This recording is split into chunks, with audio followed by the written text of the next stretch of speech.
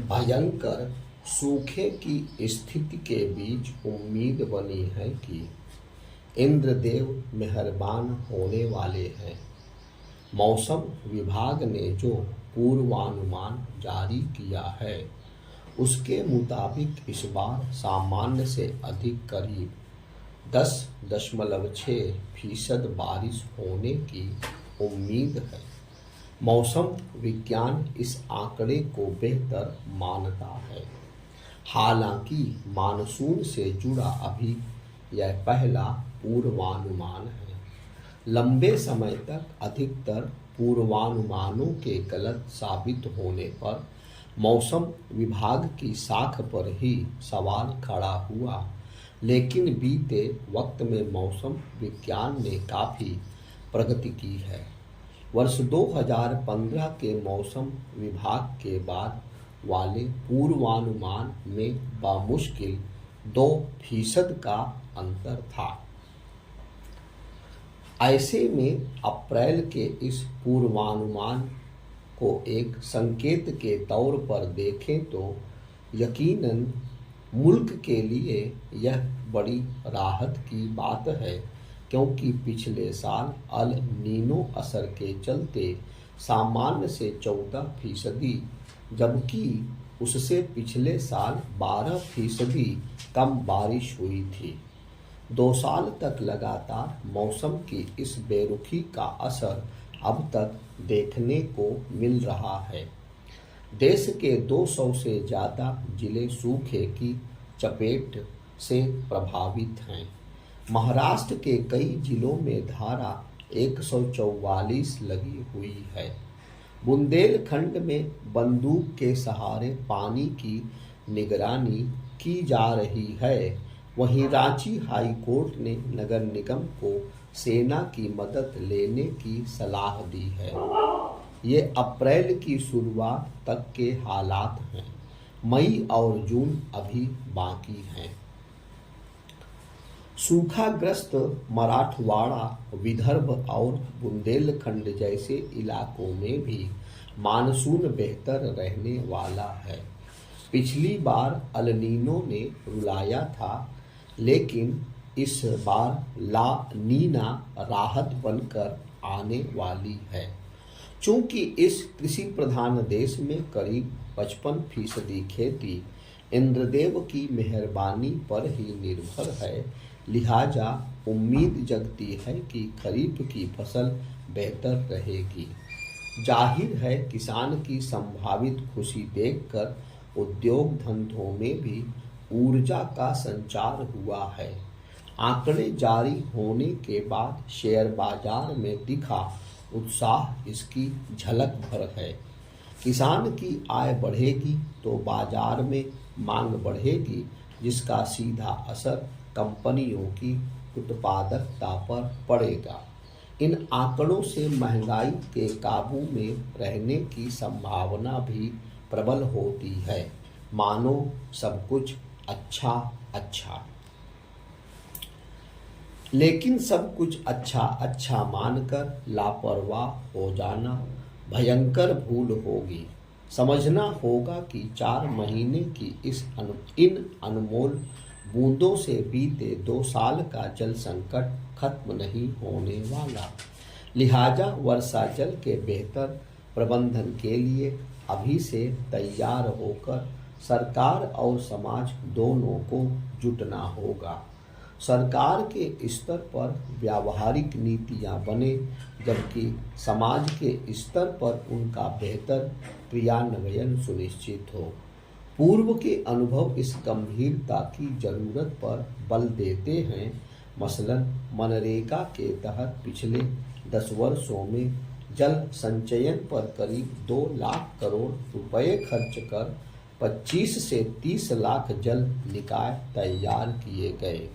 ये जल निकाय देश के हर गांव को जल संकट से उबारने के लिए काफ़ी थे, लेकिन मौके पर मौजूद कितने हैं, यह एक बड़ा सवाल है। अकेले बुंदेलखंड में वर्षा जल संचयन पर करोड़ों रुपए खर्च करने के बाद भी बारिश का 80% पानी बेकार चला जाता है। दुर्भाग्यवश सूखा और बाढ़ हमारी कार्यपालिका में कमाई के पर्व का प्रतीक बन चुके हैं।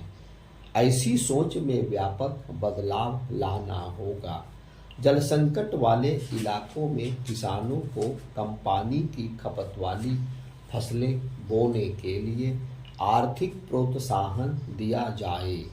साथ ही वर्षा जल के बेहतर संचयन पर व्यक्तिगत स्तर पर भी पहल हो। अगली पीढ़ी के प्रति हमें जवाबदेह बनना ही होगा। इस पर विचार के लिए मंत्रियों के एक समूह का गठन मात्र ही एक बड़ा कदम है कि क्या लोकसभा और विधानसभाओं के चुनाव एक साथ कराए जा सकते हैं। यह अच्छा हुआ कि मोदी सरकार ने इस पर एक ठोस पहल की।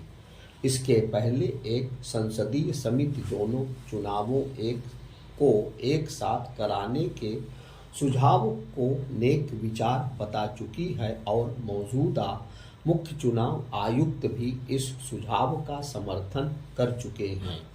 वह इस सुझाव पर अमल को संभव भी बता चुके हैं और यह तो एक तथ्य ही है कि 1967 तक लोकसभा और विधानसभाओं के चुनाव एक साथ ही होते थे। आखिर जो काम पहले हो चुका है वह भविष्य में क्यों नहीं हो सकता, और वह भी तब जब मोटे तौर पर ज़्यादातर राजनीतिक दल यह मानते हैं कि ऐसा किया जाना ठीक रहेगा। इस विचार पर अमल सुशासन की दिशा में एक बड़ा कदम के साथ ही सार्वजनिक कोष की बचत करने वाला उल्लेखनीय उपाय भी साबित होगा। कोई भी इसकी अनदेखी नहीं कर सकता और राजनीतिक दल तो खास तौर से कि अब हर वर्ष किसी न किसी विधानसभा के चुनाव होते ही रहते हैं। इसके अलावा रह कर लोकसभा और विधानसभाओं के उपचुनाव भी होते रहते हैं। जब ऐसा होता है तो चुनाव संबंधी आदर्श आचार संहिता के कारण शासन एवं प्रशासन के बहुत सारे काम रुक जाते हैं। एक अनुमान के अनुसार मोदी सरकार के 5 साल के कार्यकाल के करीब 300 दिन चुनाव आचार संहिता का सामना करते हुए गुजरेंगे। अब यह कोई छिपी बात नहीं कि राजनीतिक दृष्टि से महत्वपूर्ण माने जाने वाले राज्यों में विधानसभा चुनाव की घोषणा होते ही राजनीतिक दलों के रुख रवैये में भी परिवर्तन आ जाता है। वे अपना हर काम इस बात को ध्यान में रखकर करने लगते हैं कि उन्हें चुनाव में ज़्यादा से ज़्यादा लाभ मिल सके। कई बार तो राजनीतिक दलों के साथ साथ सरकारों का सारा ध्यान 2-4 सीटों के लिए हो रहे उपचुनावों में जीत हासिल करने में लग जाता है। यह समझने की जरूरत है कि रह कर होने वाले चुनाव समय, ऊर्जा और धन की बर्बादी के पर्याय बन गए हैं। लोकसभा एवं विधानसभाओं के चुनाव एक साथ कराना राजनीति के साथ साथ अर्थव्यवस्था को भी गति देने में सहायक बनेगा। ऐसा होने से जीडीपी में अच्छी खासी वृद्धि हो सकती है। यह सही है कि जब भी लोकसभा एवं विधानसभाओं के चुनाव एक साथ कराने की दिशा में आगे बढ़ा जाएगा तो या तो लोकसभा या फिर कई विधानसभाओं के कार्यकाल में वृद्धि या कटौती करनी होगी। कटौती की स्थिति में प्रभावित दल शिकायत कर सकते हैं, लेकिन उन्हें देश हित को पहली प्राथमिकता देनी चाहिए। लोकसभा एवं विधानसभाओं के चुनाव साथ साथ कराने के लिए ऐसी कोई व्यवस्था भी करनी होगी जिससे मध्यावधि चुनाव की गुंजाइश न रहे। यह कोई कठिन कार्य नहीं तब भी नहीं जब प्रधानमंत्री अथवा मुख्यमंत्री सदन का बहुमत खो दे। ऐसी स्थिति में सदन अपना नेता फिर से चुन सकता है, ठीक वैसे ही जैसे राष्ट्रीय मोर्चा सरकार के समय देवगौड़ा के स्थान पर इंद्र कुमार गुजराल को चुना गया था, या फिर अभी हाल में अरुणाचल प्रदेश में बिना मध्यावधि चुनाव हुए सदन ने अपना नया नेता चुना। अच्छा हो कि सभी दल एक ऐसा माहौल तैयार करें जिससे लोकसभा और विधानसभाओं के चुनाव एक साथ कराए जाने के बाजी पलट देने वाले विचार को अमल में लाया जा सके।